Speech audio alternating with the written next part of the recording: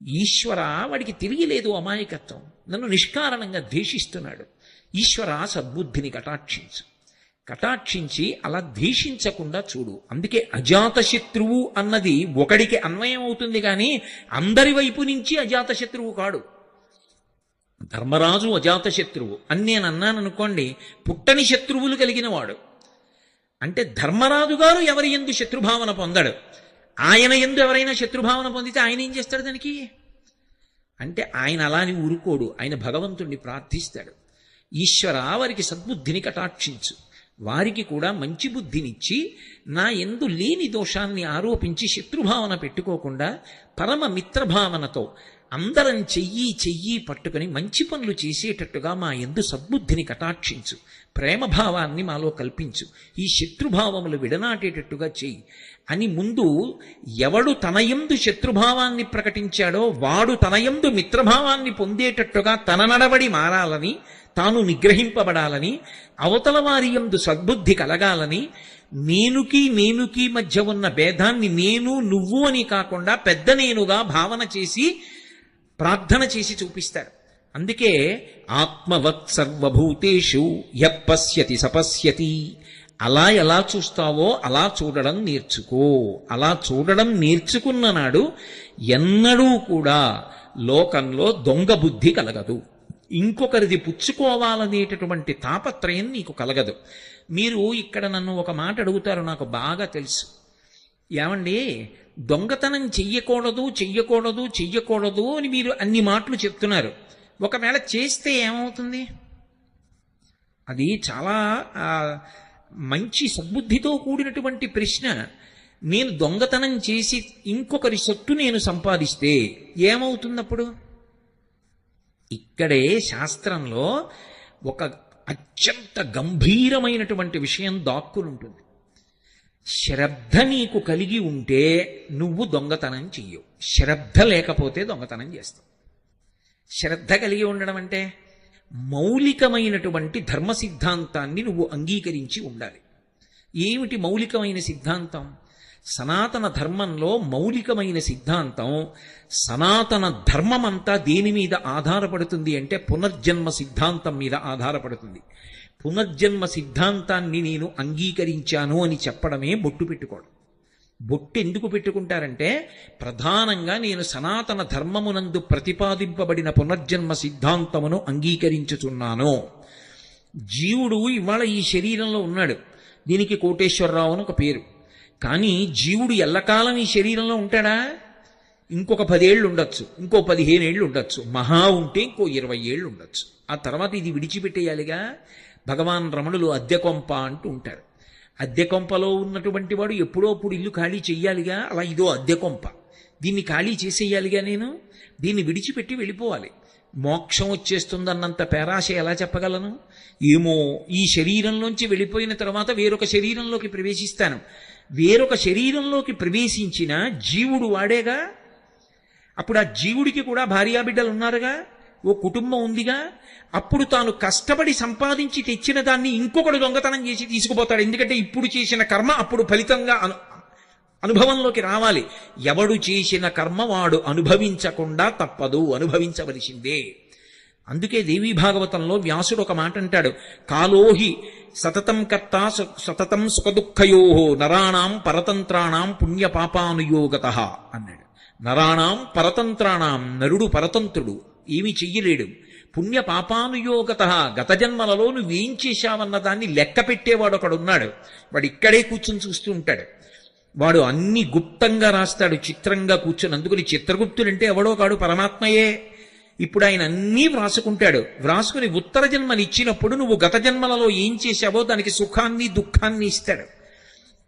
ఇచ్చినప్పుడు దుఃఖాన్ని నేను తట్టుకోలేను, నేను ఎంతో కష్టపడి ఒక్క బంగారం గొలుసు నా కూతురికి చేయిస్తే ఆ బంగారం గొలుసు ఎవడో లాక్కుపోయాడు అనుకోండి మెడలోంచి, నేను ఎంత ఏడుస్తానో, నేను పూర్వజన్మలో ఒకరి మెడలో గొలుసు దొంగిలించినప్పుడు వాడు అంతే బాధపడ్డాడు. ఆ బాధ నేను అనుభవించవలసిందే.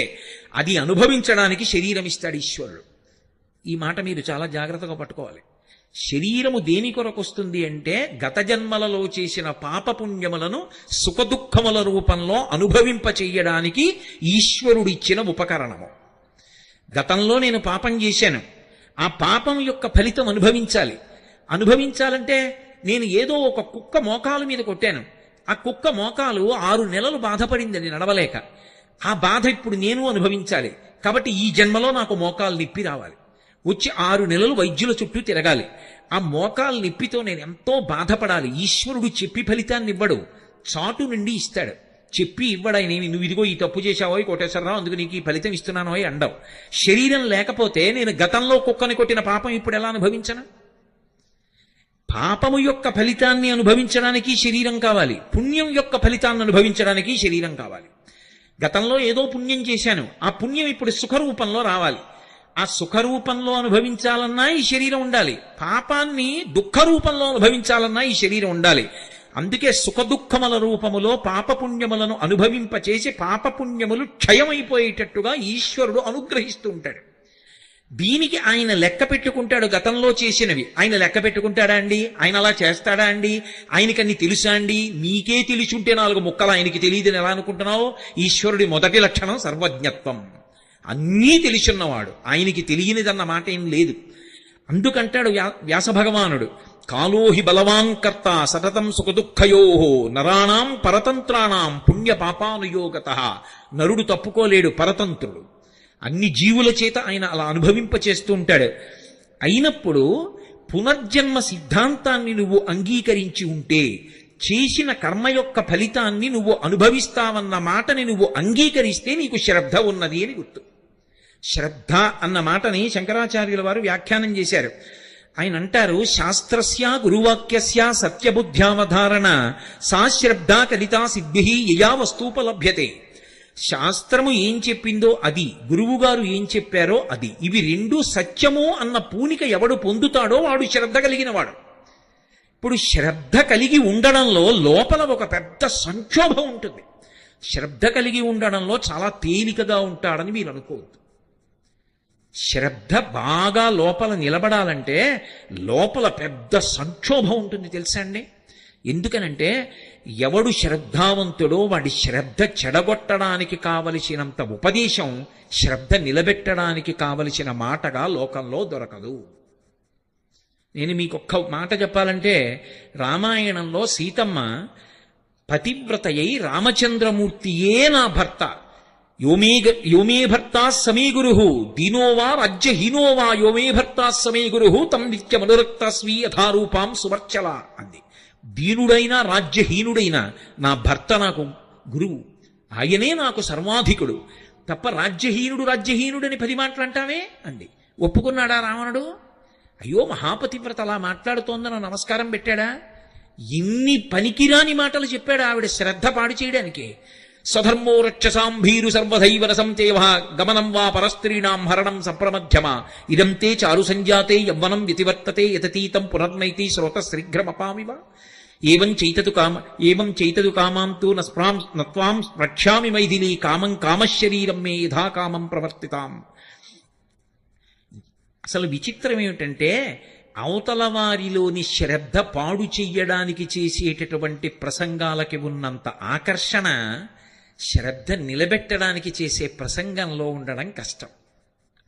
ఎందుకో తెలుసా? పాడు చేయడం తేలిక. అందుకే లోకంలో మోసపుచ్చడానికి ప్రసంగాలు చేయడానికి ఎక్కడైనా ఒక విద్యా కేంద్రం పెడితే వెంటనే దానికి అధ్యక్షుడిగా వేయవలసిన వాడు రావణాసురుడు. అంత అందంగా మాట్లాడతాడు. ఏమిటో బెట్టు చేస్తున్నావు, కాలంలో యవ్వనం పోతుంది, వెనక్కి వస్తుంది అనుకుంటున్నావా? నది ముందుకెడుతుంది, వెనక్కి రాదు. కాలంలో యవ్వనం పోతుంది, యవ్వనం పోతే నేను చూస్తానా రాముడు చూస్తాడా? చెట్టు కింద అలాగే ఉండిపోతావు అన్నాడు. అలా భయపెట్టాడు. రాముడు ఉన్నాడనుకుంటున్నావా? ఉన్నా 100 యోజనముల సముద్రము దాటుతాడా? కాంచనలంకలోకి వస్తాడా? ఇన్ని కోట్ల మంది రాక్షసుల్ని వధించగలడా? నన్ను ఛేదించగలడా? నిన్ను పొందగలడా? ఎందుకు బెట్టు చేస్తావు, నా పాన్పు చేరన్నాడు. ఇన్ని మాటలు అన్నాడు. శ్రద్ధ పాడు చేయడానికి ఇన్ని మాటలు అంటాడు. ఇన్ని మాటలు అన్నా కూడా తట్టుకు నిలబడాలి అంటే సంక్షోభం ఉందా లేదా శ్రద్ధ పూనికలో? పైగా మీరు ఒకటి బాగా ఆలోచించండి.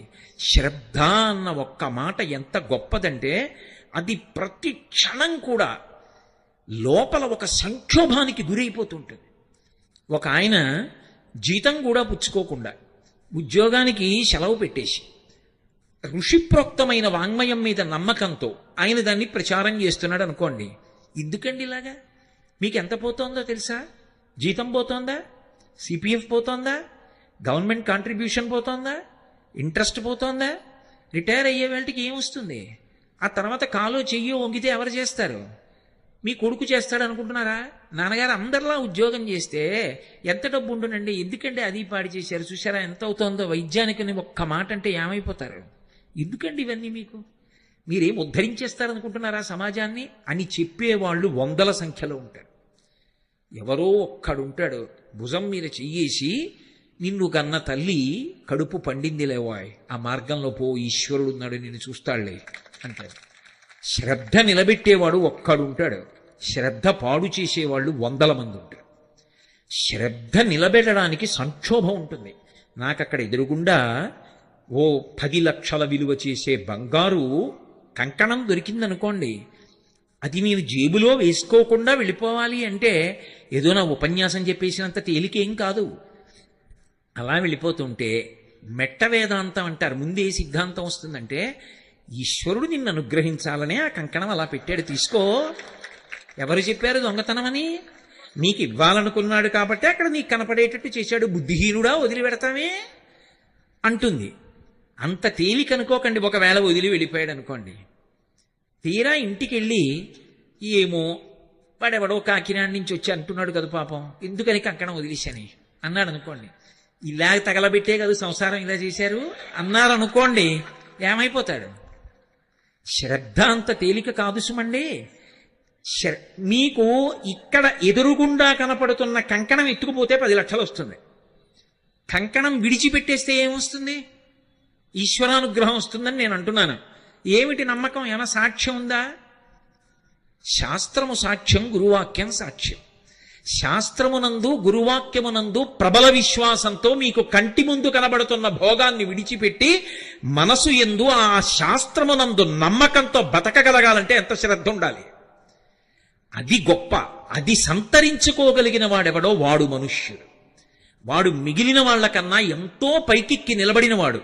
అందుకన్నారు శంకర భగవత్పాదులు, శాస్త్రస్య గురువాక్యస్య సత్యబుద్ధ్యావధారణ సా శ్రద్ధ కడితా సిద్భి యయా వస్తూపలభ్యతే.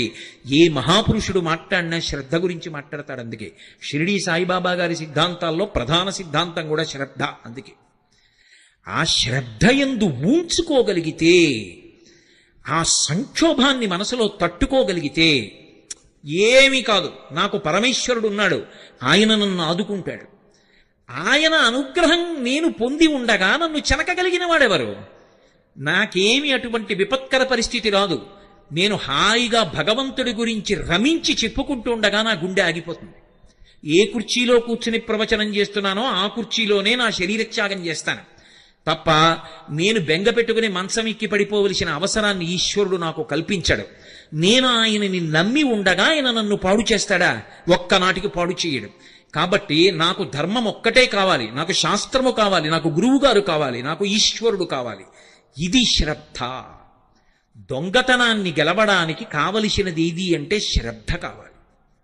ఇది చాలా అవసరం. తనకి కడుపులో ఆకలేస్తున్నా ముట్టుకోకుండా ఉండాలంటే దేనికి కట్టుబడి ఉండాలండి? రంతిదేవుడు కడుపు మండిపోతూ ఉంటే కొన్ని రోజులుగా అన్నం లేకపోతే వచ్చిన అన్నం ఇలా తినబోతుంటే వచ్చి అడిగితే పెట్టేశాడు. మంచినీళ్ళు ఒకటే తాగబోతున్నాడు, అప్పుడు కూడా వచ్చి పుచ్చేసుకున్నాడు. ఎవరో వచ్చి అయ్యా దాహంగా ఉంది ఇవ్వండి అన్నాడు. ఆయన మంచినీళ్ళు ఒకటే ఉన్నాయి అనలేదు. అది పోతనగారి పాండిత్యం.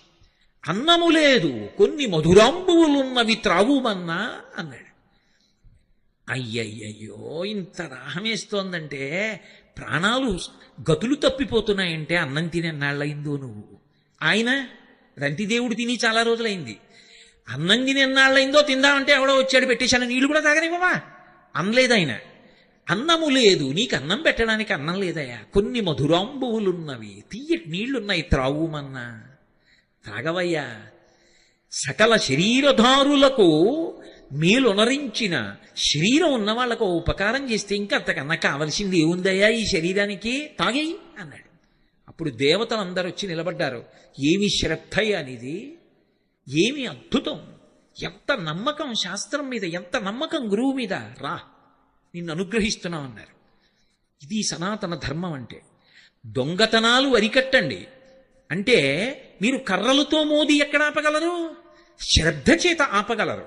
అందుకే ధర్మం ప్రబోధము, ధర్మ ప్రచారము, ధర్మమునందు పూనిక లోకంలో ఎటువంటి ఉపద్రవాన్నైనా సరే ఆప్చేసేస్తాయి. అందరూ సద్బుద్ధితో ఉన్నారనుకోండి, అందరూ శ్రద్ధావంతులయ్యారనుకోండి, నాకెందుకు, నేను పుచ్చుకోను, ఎందుకంటే పునర్జన్మలో నేను బాధపడాలి. కంచికామకోటి పీఠాధిపత్యం వహించిన మహాపురుషులు, అపర శంకరులు, పరమశివావతారులు, సన్యాస ధర్మాన్ని 100కి 100 పాళ్ళు పాటించిన మహాపురుషులు, ప్రాతస్మరణీయులు. చంద్రశేఖరేంద్ర సరస్వతి మహాస్వామి వారు ఒకప్పుడు దేశాంతరంలో పర్యటన చేస్తుంటే శుద్ధ పల్లెటూరులో ఉన్నారు.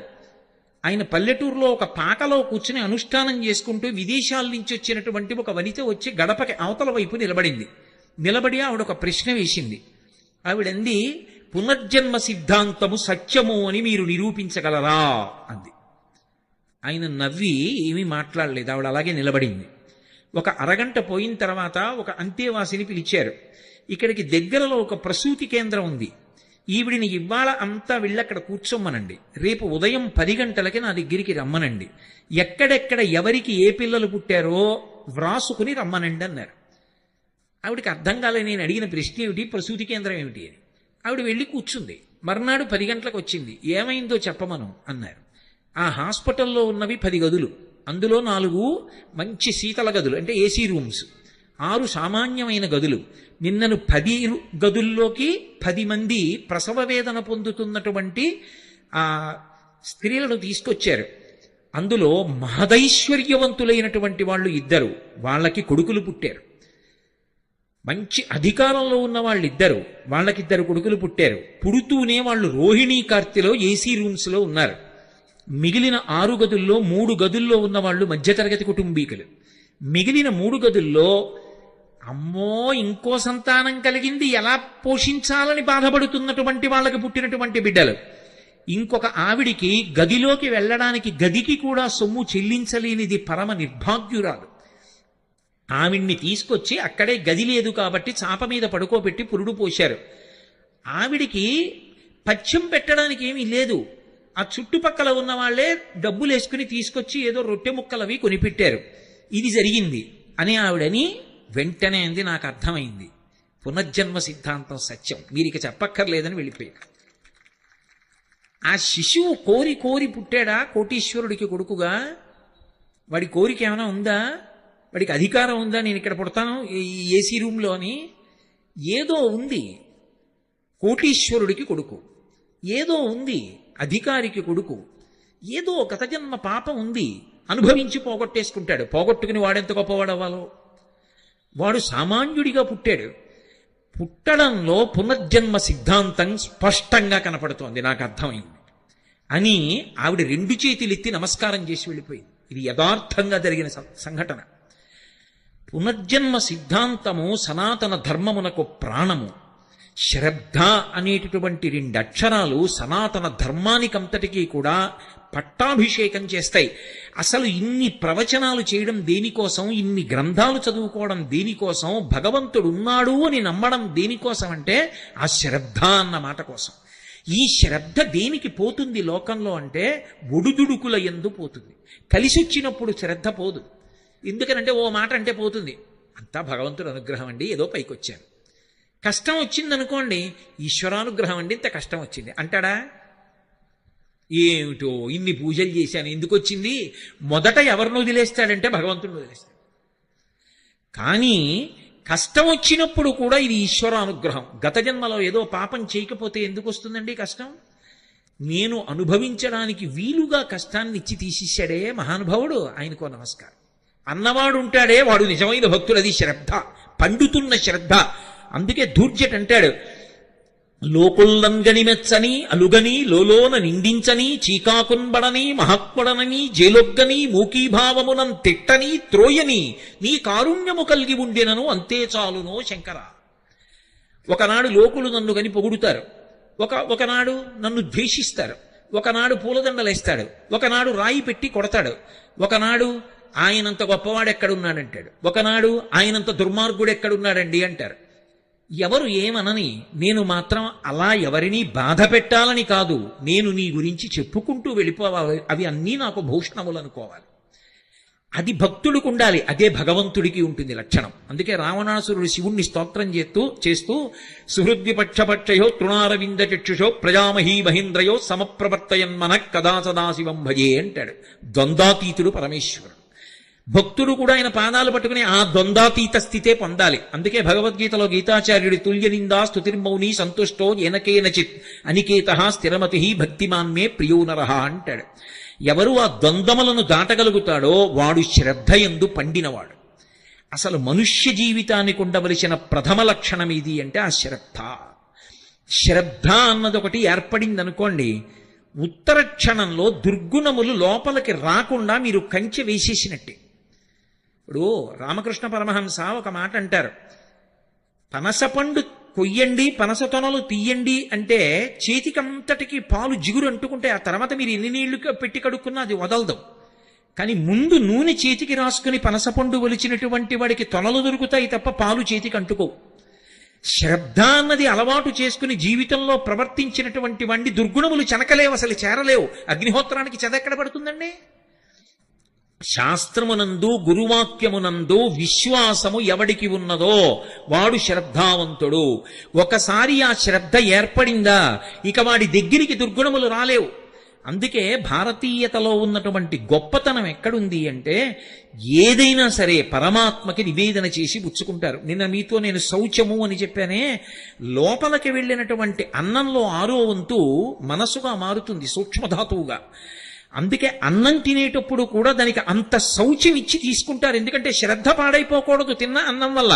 అందుకే ఇది న్యాయార్జికాహారము, భగవదర్పితాహారము, మితాహారము, సాత్వికాహారము, ఇన్ని నియమములు కలిగినటువంటి ఆహారాన్ని పుచ్చుకుంటారు తప్ప ఎక్కడ పడితే అక్కడ ఏ ఆహారం పడితే ఆ ఆహారం పుచ్చుకోకుండా ఉండడానికి కారణం అది లోపలికి వెళ్ళి 6వ వంతు మనసైన తరువాత శ్రద్ధకించి భంగం అయిందనుకోండి, దానివల్ల ధూర్తచేష్టితాన్ని చేస్తే జీవుడు పాడైపోతాడు. లలితా సహస్రనామ స్తోత్రానికి భాస్కరరాయల వారు వ్యాఖ్యానం చేశారు. ఆయన చేయడం ఏమిటి, అమ్మవారు చేయించింది ఆయనలో దూరి. చేయించినప్పుడు ధన్య అని ఒక నామం, దానికి వ్యాఖ్యానం చేయించారు. మనసు అస్తమానం ఐశ్వర్యం మీదే ఉండిపోయిందనుకోండి, దాని లక్షణం ఏమిటంటే దేని మీద ప్రీతి ఉందో ఆఖరి ఊపిరిలో దాన్ని స్మరిస్తుంది. మనసుకి కదలిక ఉంటుంది. ఆ కదలిక దేని మీద అంటే ఊపిరి మీద ఆధారపడుతుంది. అందుకే పూజ చేసేటప్పుడు ప్రాణాయామం చేయిస్తారు. ఊపిరి నిలబడితే మనసు నిలబడుతుంది, మనసు నిలబడితే ఉపచారంలో ఈశ్వరుణ్ణి చూస్తారు. ఇప్పుడు ఆఖరి ఊపిరిలో ఆఖరిసారి కదిలినప్పుడు దేని మీద ఎక్కువ ప్రీతి ఉందో దాన్ని పట్టుకుంటుంది. ఇప్పుడు శ్రద్ధ లేదనుకోండి, ఊళ్ళో ఉన్నవన్నీ తెచ్చి ఇంట్లో పెట్టాడు అనుకోండి, దొంగతనాలు చేసి దాని మీదే మనసు పెట్టుకుని వెళ్ళిపోయాడు అనుకోండి, తిరియక్కైపోతాడు. కోట్ల జన్మలు భూమికి అడ్డంగా ఉంటుంది వెన్నుపాము, నిలువుగా పెరగడం. అందుకే సనాతన ధర్మంలో దేవతలు కొండల మీద కూర్చుంటారు. ఎందుకు కొండల మీద కూర్చుంటారంటే వాళ్ళకేం సరదా పుట్టి కాదు. ఉత్ అంటే ఇలా తల ఎత్తి చూడాలి, అధిరోహించాలి, పైకెక్కాలి. జీవితంలో నువ్వు పైకెక్కితేనే పరమేశ్వరుణ్ణి చేరగలవు. నువ్వు ఊర్ధ్వముఖ చలనం చెయ్యాలి. సామాన్య ధర్మాలు గట్టిగా పట్టుకోవాలి, పట్టుకుంటేనే ఉంచుకోగలుగుతావు. ఇప్పుడు దొంగతనానికి అలవాటు పడిపోయి దొంగతనమే చేశాడనుకోండి, ఇక్కడ సంతోషంగా ఉన్నట్టుగా ఉంటుంది, కానీ ఎంతకాలం అనుభవిస్తావు ఈ శరీరంతో? ఏదో కొంతకాలం, ఓ 50 ఏళ్ళు, ఓ 60 ఏళ్ళు, ఓ 70 ఏళ్ళు, ఆ తర్వాత ఓ విచిత్రం ఉంటుంది.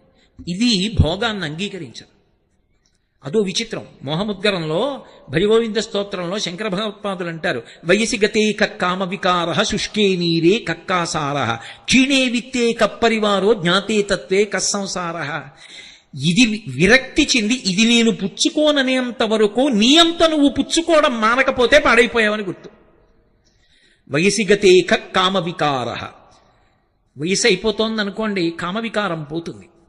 వయసైపోయిన తర్వాత కామవికారం పోవడం కాదు, వయసులో ఉండగా సాధన చేత కామమును ధర్మంతో ముడియడం నీకు రావాలి. శుష్కే నీరే కక్కాసారహ, నీరు ఎండిపోతే చెరువు అందరూ ఎండిపోయిన చెరువు అంటారు. అలా పటుత్వం తగ్గిపోయిందనుకోండి శరీరంలో, ఎన్ని మధుర పదార్థాలు ఎదురుగుండా ఉంటే మాత్రం నీ శరీరం పుచ్చుకుంటుంది, శరీరం పడిపోతుంది. అది తీసుకోకూడదు అప్పుడు. అందుకే అహమన్నమన్నాదో అంటుంది అన్న సూక్తం. అన్నం అంటే మనని పోషించున్నది, మనము తినునది, మనని తినునది. రెండర్థాలు. అన్నం మనం తింటాం కొంతకాలమే, ఆ తర్వాత అది మనని తినడం మొదలెడుతుంది. ఏమండి మీకు మధుమేహం వచ్చింది తినకండి అంటారు. తినకండి అన్నది తిన్నాడు, అది విషం, అది తినేస్తుంది మనిషిని. ఏమంటే మీకు రక్తపోటు వచ్చింది తినకండి, తిన్నాడు, తినేస్తుంది మనిషిని. అన్నం కొంతకాలం మన చేత తినబడుతుంది, తర్వాత అది తింటుంది, అప్పుడు శరీరం దాని వలన పడిపోతుంది. అందుకే 50 ఏళ్ళు దాటిపోతే ఇక శరీరం అనరు, దేహం అంటారు. దేహం అంటే దహ్యమానం, కాలిపోవడానికి సిద్ధపడిపోతుంది. తనంత తాను పుచ్చుకోవడం మానేశాక నువ్వు పుచ్చుకోవడం మానడం కాదు, నువ్వు సాత్వికాహారం తీసుకుని ఉపవాసం చేసి శరీరాన్ని నిలబెట్టి భగవంతుని యందు ప్రవర్తించడం సాధన చెయ్యాలి. అప్పటి వరకు నేను అలా తింటూనే ఉంటానండి అంటే తప్పు కాదు. కానీ దానికోసం అన్నీ తెచ్చిపెట్టినా ఒకనాడు ఈ శరీరం తిరస్కరించేస్తుంది. వయసిగతే కక్కామ వికార శుష్కే నీరే కక్కాసార క్షీణే విత్తే కప్పరివారో. ఎంతో ఐశ్వర్యవంతుడు, ఆయన దగ్గరికి రానివాడు లేడు. ఒకనాడు ఆయన వృద్ధుడైపోయాడు, ఆయన బిడ్డలు చూస్తున్నారు వ్యవహారాలన్నీ, ఆయన బిడ్డల చుట్టూ తిరుగుతారు.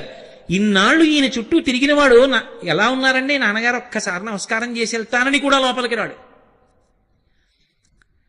కాబట్టి నీ దగ్గర డబ్బు ఉన్నంత కాలమే, ఆ డబ్బుని నువ్వు నిర్వహించగలిగినంత కాలమే నీ చుట్టూ. నిర్వహించడానికి ఓపిక దీనికి తగ్గితే వెనక బిడ్డలు పుచ్చుకుంటారు, ఇక నీ చుట్టూ ఉన్న పరివారం నీ చుట్టూ ఉండరు. క్షీణే విత్తే కప్పరివార జ్ఞాతే తత్వే కస్సంసార. ఇది తెలుసుకున్న వాడికి ఇంకా సంసారం ఎక్కడుంది? ఇది ముందే తెలిసిందనుకోండి, అనుష్ఠానంలోకి తెచ్చేసుకుంటాడు జాగ్రత్తగా. అప్పుడు శరీరం తిరస్కరించక ముందు తాను తిరస్కరించి జాగ్రత్త పడతాడు, అది శ్రద్ధ. అప్పుడు దొంగతనం చేసి ఎందుకు తెస్తాడు? సాత్వికంగా తెచ్చుకుంటాడు, అది చాలు నాకు. విత్తేన సర్వే వశాహ, దాని చేత నాకు అన్నీ సమకూరుతాయి. అన్నీ అన్నప్పుడు అర్థం ఏమిటి? ఉత్తర జన్మలలో నేను పాడైపోను. ఈ శాస్త్రం మీద గురువు గారి మీద ఉన్న శ్రద్ధ ఉందే, ఇది ఏమవుతుందంటే ఈ శరీరం పడిపోతున్నప్పుడు కూడా దీనికి ఊపిరి అందదు. ఒకప్పుడు ఆ ఊపిరి కోసం కొట్టుకుంటుంది. ఆ ఊపిరి తీయలేకపోతే ఒళ్ళు చెమట్లు పట్టి అసలు ఎంత బాధో పడిపోతుంటే, ఆ బాధపడిపోతున్నప్పుడు కూడా ఒరే ఒకనాడు శరీరం పడిపోతుందిరా, భగవన్నామం విడిచిపెట్టకు అని చెప్పిన గురువుగారి పాదాలు, ఆ గురువుగారు చెప్పిన మాటలు జ్ఞాపకం వచ్చి, ఓ ఇది పడిపోయే సమయం ఆసన్నమైందనమాట అని భగవంతుడి మీద దృష్టి పెడతాడు. ఎందుకని? శ్రద్ధ, శాస్త్రం మీద గురువు మీద ఉండిపోయింది దృష్టి. ఇప్పుడు అది పెట్టుకుని వెళ్ళిపోయాడు. ఆయన సంపాదించింది ధార్మికమైన మార్గంలో తప్ప ఆయన దొంగతనం చేసి తెచ్చింది లేదు. ఆయన అనుభవించడానికి ఏముంది పాపం? కాబట్టి ఉత్తర జన్మలు క్షేమకరంగా ఉంటాయి. ఈ జన్మలో ఓ 30 ఏళ్ళు సంతోషించడానికి 3 కోట్ల జన్మలు పాడు చేసుకోమని ఎవడు చెప్పాడు? పెట్టుబడి రీత్యా చూసినా కూడా అది దోషభూయిష్టమైన జీవితమే కదూ. అందుకని శ్రద్ధతో ఉన్నవాడెవరో వాడు అస్థేయమును పొందగలడు, అంటే దొంగ బుద్ధి లేకుండా జీవించగలడు. సామాన్య ధర్మంలో ఏదో దొంగతనం చేయకండి అని చెప్పడం శాస్త్రం యొక్క ప్రయోజనం కాదు. దొంగతనం చేయకుండా ఉండడానికి మనసు బాగా ఉంచుకునేటట్టుగా ఏది అందించాలో అందిస్తుంది. అందుకే మీరు ఒకటి బాగా గమనించండి, అన్నిటికన్నా చాలా గొప్ప దానం ఏది అంటే ధర్మమునకు సంబంధించినటువంటి విషయములను లోకమునందు ప్రచారము చేయుట. మీరు ఇవాళ అన్నం పెట్టారనుకోండి, సాయంకాలానికి జీర్ణమైపోతుంది, మళ్ళీ ఆకలేస్తుంది. ఓ కంటికి శస్త్రచికిత్స చేయిస్తే కొన్నాళ్ళకి మళ్ళీ రెండో కంటిలో మసక ఏర్పడి శస్త్రచికిత్సకు సిద్ధం అవుతుంది. ఇవాళ జ్వరానికి ఔషధం ఇప్పిస్తే రేపు మళ్ళీ ఔషధాన్ని కోరుకుంటుంది. మీరు ధర్మం గురించి ఒక్క ప్రసంగం చేస్తే అధర్మ మార్గంలో వెడదామనుకున్నవాడు కూడా మానేస్తే వాడి వలన బాధపడవలసిన కొన్ని 100 మంది దాని నుంచి తప్పుకుంటారు. పైగా విని ఆచరించిన వాళ్ళందరూ ఉద్ధరణ పొందుతారు. అందుకే ప్రవచనానికన్నా ధర్మ ప్రచారం కన్నా గొప్పది లోకంలో ఇంకొకటి లేదు. అది ఆత్మోద్ధరణ హేతు. అందుకు ఈ దేశంలో మహాత్ములు కూడా తమలో తాము రమించి ఆత్మానుభవాన్ని పొందగలిగిన యోగులు కూడా ఆ మౌనాన్ని విడిచిపెట్టి ప్రత్యేకంగా వచ్చి వాళ్ళకి మౌనం విడిచిపెట్టడం ఇష్టం కాకపోయినా మన కోసమని మాట్లాడతారు. అందుకే వాళ్ళు అనుగ్రహించి మాట్లాడారు కాబట్టి వాళ్ళు మాట్లాడితే ప్రవచనం చేశారు, ఉపన్యాసం చెప్పారు, అందరూ అనుగ్రహ భాషణం చేశారంటారు. ఎందుకని అంటే వాళ్ళు మాట్లాడక్కల, వాళ్ళు మౌనంలో ఒక్కటైపోయి అన్నీ లోపలికి తీసుకుని రమిస్తారు. అలా రమించగలిగినటువంటి వాడు తన సౌఖ్యాన్ని పక్కన పెట్టి వచ్చి మాట్లాడుతున్నాడు. ఎందుకని? అయ్యో వీళ్ళు పాడైపోకూడదని మనకు ఉపదేశం చేస్తున్నాడు ఆయన. ఆ ఉపదేశం శాస్త్రాన్ని ఆధారం చేసుకుని జరుగుతోంది. ఆ ధర్మ ప్రచారమునకు లోకంలో అంత పెద్ద పీట. ధర్మ ప్రచారము కన్నా కూడా లోకులు, ప్రత్యేకించి నరులు మంచి మార్గంలో నడవడానికి కావలసినటువంటి మార్గము ఇంకొకటి ఉండదు. ధర్మమునందు అందరూ ఊంచుకుంటే అసలు లోకంలో నేరము, శిక్ష ఈ రెండు మాటలు ఉండవు. రామాయణంలో ఓ మాట అంటారు, ఎవరి నోటి విన్నా రామా రామా రామా అంతే. ఇంటికి తాళం కప్పలేదు. ఇంట్లో పెద్దవాళ్ళు చిన్నవాళ్ళకి ప్రేతకార్యం చెయ్యడం లేదు. భార్య బ్రతికి ఉండి భర్త వెళ్ళిపోవడం, భార్య వైధవ్యం పొందడం లేదు, దొంగతనాలు లేవు. ఇది ఫలశ్రుతి. ఎలా ఉంటుంది ఇదంతా? అందరూ రామా రామా రామా అన్నారు. రాముడు ఏమంటాడు? శాస్త్రము శాస్త్రము శాస్త్రము గురువు అంటాడు. ఇది మీరు పట్టుకోవాలి. రామరాజ్యం రామరాజ్యం అంటారు. రామరాజ్యం రాముడే పరిపాలిస్తే వస్తుందని నేను అన్నాను అనుకోండి, మళ్ళీ రాముడు వస్తేనే, మళ్ళీ రామావతారం వస్తే రామరాజ్యం వస్తుంది. అలా అయితే రాముడు మనకిచ్చింది ఏమీ లేదని గుర్తు. మళ్ళీ ఆయన వస్తే రామరాజ్యం వస్తుంది కాదు. రాముడు ఎప్పుడైనా పరిపాలన చేస్తున్నప్పుడు సంక్లిష్ట పరిస్థితి ఏర్పడితే ఎంతమంది ఎన్ని సలహాలు చెప్పినా వింటాడు. తాను నిర్ణయం తీసుకునేటప్పుడు ఏమని చెప్తాడంటే, నేను ఈ పని ఇలా చేస్తాను, ఎందుకో తెలుసా, శాస్త్రం ఇలా చెయ్యమని చెప్పిందంటాడు. శాస్త్రము ప్రమాణం ఆయనకి. తస్మాత్ శాస్త్రం ప్రమాణంతే కార్యాకార్యం వ్యవస్థితౌ. శాస్త్రం ఎలా చెప్పిందో అలా చేస్తాడు. శాస్త్రం ఎలా చెప్పిందో అలా చేసినటువంటి రాముని యొక్క పరిపాలన యందు ఎవ్వరూ బాధపడకుండా ఉన్నారు అంటే, నువ్వు కూడా శాస్త్రమును ప్రమాణంగా చేసుకుని పరిపాలన చేస్తే అప్పుడు కూడా రామరాజ్యమే వస్తుందని చెప్పాలి. అంతేగాని రాముడు వస్తేనే రామరాజ్యం వస్తుందంటే రామరాజ్యం రాముడు వచ్చేదాకా రాదు అని మంగళకర వాక్కు. కాబట్టి సా శ్రద్ధ కదితా సిద్భి యా వస్తూపలభ్యతే. బాగుందండి, మీరేదో తలకొట్టుకు చెప్తున్నారు, సంతోషం. కానీ శ్రద్ధ కలగకపోతే ఎంత మీరు చెప్పినా ఇక్కడ విన్నప్పుడు పోని మీ మీద ఎందుకు పెట్టడం? ఈ ప్రసంగం చేస్తున్నప్పుడు నాకు శ్రద్ధ ఉంది కానీ కిందకి దిగేటప్పటికి పోయిందనుకోండి, ఏదో దొంగతనం చెయ్యాలనిపించింది అనుకోండి, అప్పుడు ఎలా? ఎవరికి చెప్పను? మళ్ళీ బెంగళూరు వచ్చినప్పుడు మీకు చెప్పనా, ఏమండి దొంగ బుద్ధి గురించి మీతో చెప్పాను కానీ ఆ రోజు సభ నుంచి వెళ్ళగానే ఏదో చిన్న వస్తువు ఎత్తుకుపోయాను సుమండి, అది ఏమిటో మరి ఆ రోజే దొంగతనం చేశాను విచిత్రం అని మీకు చెప్పనా? కాదు, అలా చెప్పలేదు శాస్త్రం. శాస్త్రం ఏం చెప్పిందంటే, నీ బలహీనత ఏది ఉందో దాన్ని బలహీనతగానే నువ్వు గుర్తించగలిగితే. ఆయన అలా చెప్తాడు కానండి, కళ్ళ ముందు దొరికింది ఎక్కడ వదిలేస్తామండి అన్నవాడికి భగవంతుడు ఏం చేస్తాడు? ఆయన అలా చెప్పాడు, అది సత్యం, నేను అలా తీసుకోకూడదు పక్క వాళ్ళది, కానీ దొంగతనం చేసేసాను, నాకు ఈ బుద్ధి పోవట్లేదు, ఏదో ఒకలా పక్క వాళ్ళది ఎత్తుకొద్దామన్న భావన ఉంటోంది. ఇది ఎలా అంటే, ఎవరికి చెప్పమని చెప్పిందంటే, అసలు నీకు ఈ సంకల్పాలు రావడానికి కారణమైన మనసుని నీకు ఇచ్చినవాడు ఎవరు? భగవంతుడు. ఆయనకే చెప్పు. ఆయన దగ్గర చెప్పేటప్పుడు దాపరిక వంతు, ఉన్నదున్నట్టుగా ఆయన ఉన్నాడు అని నమ్మి ఆయన దగ్గర కూర్చుని చెప్పు. అంతేకాని కాశీ నుంచి నేనే కొనుక్కొచ్చానండి విగ్రహం అంటే ఆయన పలకడం. అది విగ్రహం కాదండి, అది నేను కాశీ నుంచి తెచ్చిన విగ్రహం కాదండి, అది పరమాత్మ అంటే అప్పుడు పలుకుతాడు. సత్యసాయిబాబా గారు ఒక ఉదాహరణ చెప్తుండేవారు. వెనకటికి ఓ పిల్లాడికి ఎప్పుడు చూసినా పూర్ణత్వమే అంటే అన్ని సున్నలే వచ్చేవి. ఎవరో ఒక ఆయన దగ్గరికి వెళ్ళి అడిగాడు, అలా ఉపన్యాసం చెప్పిన ఆయన, నాకు మార్కులు రావట్లేదు, ఏం చేయమంటారు? విఘ్నేశ్వరుడిని పూజించుకోయ్. ఆయన విఘ్నేశ్వరుడు బొమ్మోటి పెట్టి అగరత్తుల పాపం 30 రోజులు తిప్పి పరీక్షకి వెళ్ళాడు, మళ్ళీ సున్నా. ఎందుకు ఇది? ఇంకో ఆయన అడిగాడు, ఏదో అమ్మవారిని పూజించు, శారదని పూజించు. ఈ విఘ్నేశ్వరుడిని అలా పెట్టేసి దూరంగా అమ్మవారిని తెచ్చిపెట్టి సరస్వతీదేవికి అగరత్తులు పెట్టాడు, మళ్ళీ రాలా, పక్కన పెట్టేశాడు. ఇంకో ఆయన్ని అడిగాడు, శివుణ్ణి పెట్టబోయే జ్ఞానం ఇస్తాడు అన్నాడు. శివుణ్ణి పెట్టి అగరత్తులు ధూపం వేస్తున్నాడు. ధూపం వేస్తుంటే ధూపం ఎక్కడేశారో అక్కడే ఉంటుంది ఏమిటి, అది అలా పోతుంది గాలిలో పొగ వెళ్ళిపోయి. ఈయనకి మార్కులు ఇవ్వనటువంటి దేవుళ్ళు ఉన్నారే, విఘ్నేశ్వరుడును సరస్వతీదేవి, అక్కడికి పోయింది. ఈయన ఆ రోజున ఇలా ధూపం చూపిస్తూ ఇలా చూశాడు, అన్నన్నన్నన్నా ఒక్క మార్కు ఇప్పించలేదు కానీ ధూపం పీల్చేస్తున్నారా అని గబగబా వెళ్ళి 2 ఉత్తరీయాలు తీసుకొచ్చి విగ్రహాల ముక్కులకు కట్టేశాడు. గభాలన విఘ్నేశ్వరుడు సరస్వతీదేవి లేచారు. లేచి ఒరే నిన్ను అనుగ్రహించామన్నారు. ఆయన తెల్లబోయిదేడి, ధూపం వేస్తే నాకు ఎప్పుడూ పలకలేదు, ముక్కులు కడితే పలికేదేమిటన్నాడు. ధూపం వేసినప్పుడు మేము విగ్రహాలని ధూపం వేశావు, ముక్కులకి గుడ్డ కట్టినప్పుడు మేము ఉన్నామని నమ్మి గుడ్డ కట్టేశావు, ధూపం పీల్చేస్తున్నామని. మేము ఉన్నామని నువ్వు నమ్మితే కదరా మేము అనుగ్రహించాము. మేము విగ్రహాలంటే నిన్నెలా అనుగ్రహించాం? విగ్రహంగానే ఉన్నాం. ఇవాళ ముక్కు గుడ్డ కట్టావు, మేము ఉన్నామని నమ్మావు. ఏ భావనతో కట్టావు? ఉన్నామని నమ్మావు, చాలు ఉన్నాం పలికాం. ఇచ్చి సంపో విద్య. అసలు వాడు ఉన్నాడని నమ్మితే కదా వాడికి చెప్పడం. నేను కాశీ నుంచి తెచ్చిన విశ్వనాథుడు అండి, తిరుపతి నుంచి తెచ్చిన వెంకటేశ్వర స్వామి విగ్రహం అండి, నేను ఏదో కంచి నుంచి తెచ్చిన అన్నపూర్ణ కామాక్షి విగ్రహం అండి, ఇవన్నీ నీ తెచ్చిన విగ్రహాలేనండి. అంటే నేను అన్నాను ఎందుకు, అండం ఎందుకు, ఆ మాట అండం వదిలిపెట్టండి. కానీ ఈ విగ్రహాలు అన్న మాట మీరు అన్నప్పుడు అవి ఎందుకు పలుకుతాయండి? అవి పరమేశ్వరుడు ఏంటి? అసలు శ్రద్ధే లేదు అక్కడే. కాదు, వాడు ఉన్నాడు, వాడు ఆ రూపంలో కూర్చున్నాడు నా ఇంట, నా స్వామి. అందుకే సుప్రభాతం పాడితే నిలబడి పాడతారు, ఏకాంత సేవ చేస్తే కూర్చుని చేస్తారు.